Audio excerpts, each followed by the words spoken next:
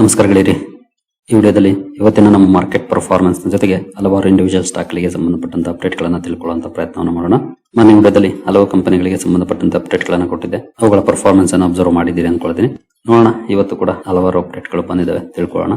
ಮೊದಲಿಗೆ ಡಿಸ್ಕ್ಲೇಮರ್ ಕೊಡ್ಲಿಕ್ಕೆ ಇಷ್ಟಪಡ್ತೀನಿ. ಇಲ್ಲಿ ಕವರ್ ಮಾಡ್ತಿರುವಂತ ಯಾವುದೇ ಸ್ಟಾಕ್ ಅನ್ನು ಕೂಡ ರೆಕಮೆಂಡ್ ಮಾಡ್ತಿಲ್ಲ. ನೀವು ಫರ್ದರ್ ಸ್ಟಡಿ ಮೆಡಿಟೇಷನ್ ತಗೊಳ್ಬಹುದು.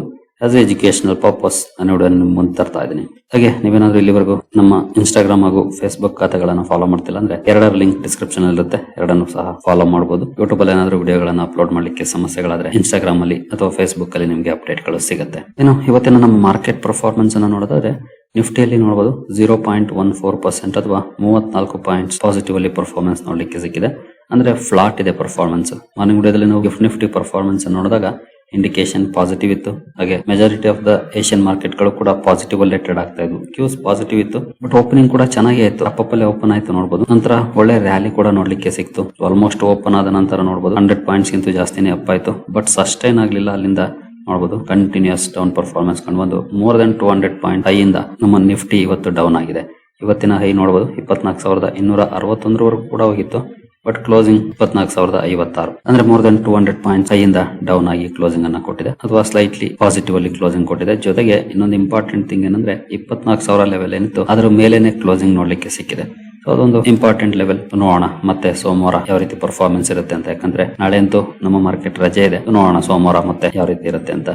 ಇನ್ನು ಸೆನ್ಸೆಕ್ಸ್ ಕಡೆ ಬಂದ್ರೆ ಇಲ್ಲಿ ಕೂಡ 0.14% ಅಥವಾ 109 ಪಾಯಿಂಟ್ಸ್ ಪಾಸಿಟಿವ್ ಪರ್ಫಾರ್ಮೆನ್ಸ್ ಇದೆ. ಸೇಮ್ ಚಾರ್ಟ್ ಪ್ಯಾಟರ್ನ್ ನಮಗೆ ಸೆನ್ಸೆಕ್ಸ್ ಅಲ್ಲೂ ಕೂಡ ನೋಡ್ಲಿಕ್ಕೆ ಕಾಣುತ್ತೆ.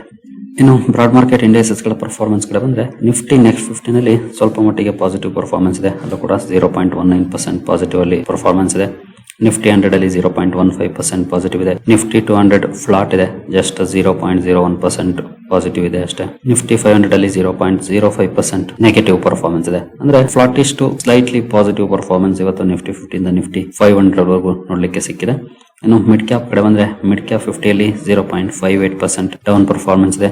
ಮಿಡ್ ಕ್ಯಾಪ್ 100 0.55% ಡೌನ್ ಅಲ್ಲಿ ಕ್ಲೋಸಿಂಗ್ ಅನ್ನು ಕೊಟ್ಟಿದೆ. ಮಿಡ್ ಕ್ಯಾಪ್ 150 ನಲ್ಲಿ 0.53% ಡೌನ್ ಫಾಲ್ ಇದೆ. ಅಂದ್ರೆ ಇಲ್ಲಿ ಮೋರ್ ದನ್ 0.5% ಡೌನ್ ಪರ್ಫಾರ್ಮೆನ್ಸ್ ನೋಡ್ಲಿಕ್ಕೆ ಸಿಕ್ಕಿದೆ. ಇನ್ನು ಸ್ಮಾಲ್ ಕ್ಯಾಪ್ ಕಡೆ ಬಂದ್ರೆ ಸ್ಮಾಲ್ ಕ್ಯಾಪ್ 50 ಅಲ್ಲಿ 0.39% ಡೌನ್ ಫಾಲ್ ಇದೆ.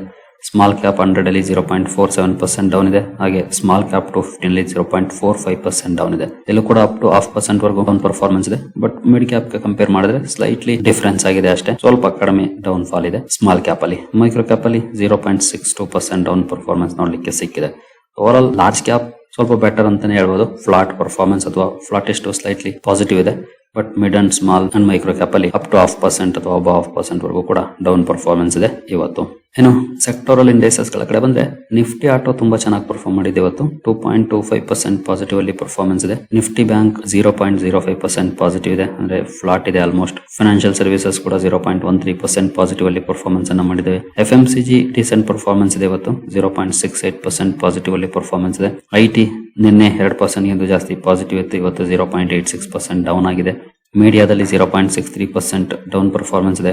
ಮೆಟಲ್ 1.37% ಡೌನ್ ಫಾಲ್ ಇದೆ, ಇಲ್ಲಿ ಸ್ವಲ್ಪ ಜಾಸ್ತಿ ಡೌನ್ ಪರ್ಫಾರ್ಮೆನ್ಸ್ ಇದೆ. ಫಾರ್ಮಾ 0.2% ಡೌನ್ ಇದೆ.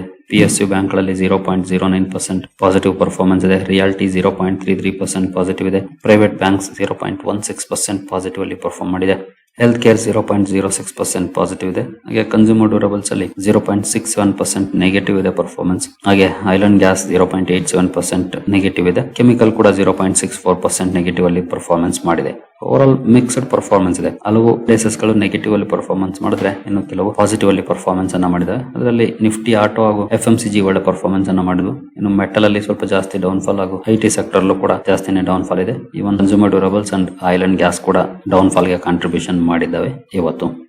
ಇನ್ನು ಗ್ಲೋಬಲ್ ಮಾರ್ಕೆಟ್ ಗಳ ಪರ್ಫಾರ್ಮೆನ್ಸ್ ಅನ್ನ ನೋಡಿದ್ರೆ ಯುರೋಪಿಯನ್ ಮಾರ್ಕೆಟ್ ಗಳಲ್ಲಿ ನೋಡಬಹುದು ಪರ್ಫಾರ್ಮೆನ್ಸ್ ಪಾಸಿಟಿವ್ ಇದೆ, ಏನಂತ ನೆಗೆಟಿವ್ ಪರ್ಫಾರ್ಮೆನ್ಸ್ ಇಲ್ಲ. ಇಂಡಿಯನ್ ಮಾರ್ಕೆಟ್ ಅಲ್ಲಿ ಸ್ವಲ್ಪ ನೆಗೆಟಿವ್ ಪರ್ಫಾರ್ಮೆನ್ಸ್. ಯುರೋಪಿಯನ್ ಮಾರ್ಕೆಟ್ ಗಳು ಚೆನ್ನಾಗಿ ಟ್ರೇಡ್ ಆಗ್ತಿದೆ. 0.5%, ಅಬವ್ 0.5%, 1%, ಅಪ್ ಟು 1% ವರೆಗೂ ಕೂಡ ಪಾಸಿಟಿವ್ ಅಲ್ಲಿ ಪರ್ಫಾರ್ಮೆನ್ಸ್ ಅನ್ನ ಕೊಡ್ತಾ ಇದ್ದಾವೆ. ಈವನ್ ಏಷ್ಯನ್ ಮಾರ್ಕೆಟ್ ಗಳು ಕೂಡ ಚೆನ್ನಾಗಿ ಟ್ರೇಡ್ ಆಗಿದ್ದಾವೆ. ನೀವು ಇಲ್ಲಿ ನೋಡಬಹುದು. ಅಲ್ಲೂ ಏನಂತ ನೆಗೆಟಿವ್ ಪರ್ಫಾರ್ಮೆನ್ಸ್ ಇಲ್ಲ, ಪಾಸಿಟಿವ್ ಇದೆ. ಕೋಸ್ಪಿ ಅಂತೂ 5.5% ವರೆಗೂ ಅಪ್ ಆಗಿದೆ. ಹಾಗೆ ನಿಕ್ಕೈ 4.5% ಅಪ್ ಆಗಿದೆ. ಸೊ ಏಷ್ಯನ್ ಮಾರ್ಕೆಟ್ ಗಳು ಕೂಡ ಚೆನ್ನಾಗಿದ್ದಾವೆ. ಬಟ್ ಇಂಡಿಯನ್ ಮಾರ್ಕೆಟ್ ಮಾತ್ರ ಕೊನೆ ಹಂತದಲ್ಲಿ ಎಸ್ಪೆಷಲಿ ಮಧ್ಯಾಹ್ನದ ನಂತರ ಬಿದ್ದಿದೆ. ಸೊ ಮೇ ಬಿ ಇವತ್ತು ಎಕ್ಸ್ಪೈರಿ ಡೇ ಕೂಡ BS ಇದು ಅದೊಂದಷ್ಟು ಕಾಂಟ್ರಿಬ್ಯೂಷನ್ ಮಾಡಿರುತ್ತೆ. ಜೊತೆಗೆ ಲಾಂಗ್ ವೀಕೆಂಡ್, ನಾಳೆಯಿಂದ ರಜೆ, ನಾಳೆ ನಾಡಿದ್ದು ಆಚೆ ನಾಡಿದ್ದು 3 ದಿನ ರಜೆ ಇದೆ. ಅಷ್ಟರಲ್ಲಿ ಇನ್ನು ಯಾವ್ದು ನ್ಯೂಸ್ ಬರುತ್ತೋ, ಡೊನಾಲ್ಡ್ ಟ್ರಂಪ್ ಯಾವ ಅಪ್ಡೇಟ್ ಕೊಡ್ತಾರೋ ಗೊತ್ತಿಲ್ಲ. ಹಾಗಾಗಿ ಯಾಕೆ ಪೊಸಿಷನ್ಸ್ ಅನ್ನ ಕ್ಯಾರಿ ಮಾಡಿ ರಿಸ್ಕ್ ಜಾಸ್ತಿ ಮಾಡ್ಕೊಳ್ಬೇಕು ಅನ್ನೋ ಇದ್ರ ಮೇಲೆ ಟ್ರೇಡರ್ಸ್ ಸ್ಕ್ವೇರ್ ಆಫ್ ಮಾಡಿರುವಂತಹ ಸಾಧ್ಯತೆಗಳು ಜಾಸ್ತಿ ಇರುತ್ತೆ ಇವತ್ತು. ಮೇ ಬಿ ಅದು ಒಂದು ಪ್ರಮುಖ ಕಾರಣ ಅಂತಾನೆ ಹೇಳ್ಬೋದು. ಸೆಕೆಂಡ್ ಹಾಫ್ ಅಲ್ಲಿ ಮಾರ್ಕೆಟ್ ಅಲ್ಲಿ ಒಂದಷ್ಟು ಡೌನ್ ಪರ್ಫಾರ್ಮೆನ್ಸ್ ನೋಡ್ಲಿಕ್ಕೆ ಸಿಕ್ಕಿದ್ದಕ್ಕೆ. ಯಾಕಂದ್ರೆ 3 ದಿನ ನಿಮಗೆ ಗೊತ್ತಿದೆ, ಕ್ಷಣ ಕ್ಷಣಕ್ಕೂ ಒಂದಲ್ಲ ಒಂದು ಅಪ್ಡೇಟ್ ಅನ್ನ ಡೊನಾಲ್ಡ್ ಟ್ರಂಪ್ ಕೊಡ್ತಿರ್ತಾರೆ ತಮ್ಮ ಟ್ರೂತ್ ಸೋಷಿಯಲ್ ಮೀಡಿಯಾ ಪ್ಲಾಟ್ಫಾರ್ಮ್ ಮೂಲಕ. ಹಾಗಾಗಿ 3 ದಿನ ತುಂಬಾನೇ ಲಾಂಗ್ ಟೈಮ್. ಹಾಗಾಗಿ ನೋಡ್ಕೊಳ್ಳೋಣ ಸೋಮವಾರ ಅಂತ ಸ್ಕ್ವೇರ್ ಆಫ್ ಮಾಡಿರುವಂತಹ ಸಾಧ್ಯತೆಗಳು ಜಾಸ್ತಿ ಇರುತ್ತೆ. ಮೇ ಬಿ ಇದೇ ಒಂದು ಕಾರಣ ಇರಬಹುದು ಇವತ್ತು ಮಾರ್ಕೆಟ್ ಅಲ್ಲಿ, ಅದರಲ್ಲೂ ಎಸ್ಪೆಷಲಿ ನಮ್ಮ ಇಂಡಿಯನ್ ಮಾರ್ಕೆಟ್ ಅಲ್ಲಿ. ಬೇರೆ ಮಾರ್ಕೆಟ್ ಗಳು ಚೆನ್ನಾಗಿ ಟ್ರೇಡ್ ಆಗ್ತದೆ, ಇಂಡಿಯನ್ ಮಾರ್ಕೆಟ್ ಅಲ್ಲಿ ಡೌನ್ ಪರ್ಫಾರ್ಮೆನ್ಸ್ ಬರ್ಲಿಕ್ಕೆ ಕಾರಣ ಆಗಿರಬಹುದು. ಇನ್ನು ಕ್ರೂಡ್ ಅಲ್ಲಿ ಯಾವ ರೀತಿ ಪರ್ಫಾರ್ಮೆನ್ಸ್ ಇದೆ ಅಂದ್ರೆ, ಇಲ್ಲೂ ಕೂಡ 1.5% ಡೌನ್ ಅಲ್ಲೇ ಪರ್ಫಾರ್ಮೆನ್ಸ್ ಇದೆ. ಅಲ್ಲೂ ಏನಂತ ಚೇಂಜಸ್ ಆಗಿಲ್ಲ. ಅಂದ್ರೆ ಗ್ಲೋಬಲ್ ಕ್ಯೂಸ್ ಎಲ್ಲೂ ಏನಂತ ನೆಗೆಟಿವ್ ಇರಲಿಲ್ಲ. So may be long weekend ಕಾರಣ ಆಗಿರ್ಬೋದು ಸೆಕೆಂಡ್ ಹಾಫ್ ಅಲ್ಲಿ ಸ್ವಲ್ಪ ಡೌನ್ ಆಗ್ಲಿಕ್ಕೆ.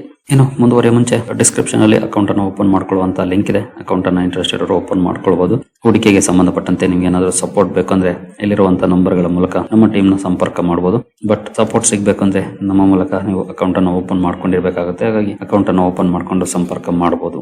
ಇನ್ನು ಬೇರೆ ಸುದ್ದಿಗಳ ಕಡೆ ಬಂದ್ರೆ, ಮಣಪ್ಪುರಂ ಫೈನಾನ್ಸ್, ಮುತ್ತೂಟ್ ಫೈನಾನ್ಸ್ ಹಾಗೆ ಅದರ್ ಗೋಲ್ಡ್ ಫೈನಾನ್ಷಿಯಲ್ ಸ್ಟಾಕ್ ಗಳಲ್ಲಿ ಇವತ್ತು ಒಂದಷ್ಟು ಡೌನ್ ಪರ್ಫಾರ್ಮೆನ್ಸ್ ನೋಡಲಿಕ್ಕೆ ಕಾಣ್ತು. ಅದಕ್ಕೆ ಪ್ರಮುಖ ಕಾರಣ ಅಂತಂದ್ರೆ ಗೋಲ್ಡ್ ಅಲ್ಲಿ ನೆಗೆಟಿವ್ ರಿಯಾಕ್ಷನ್ ಇದ್ದಿದ್ದು.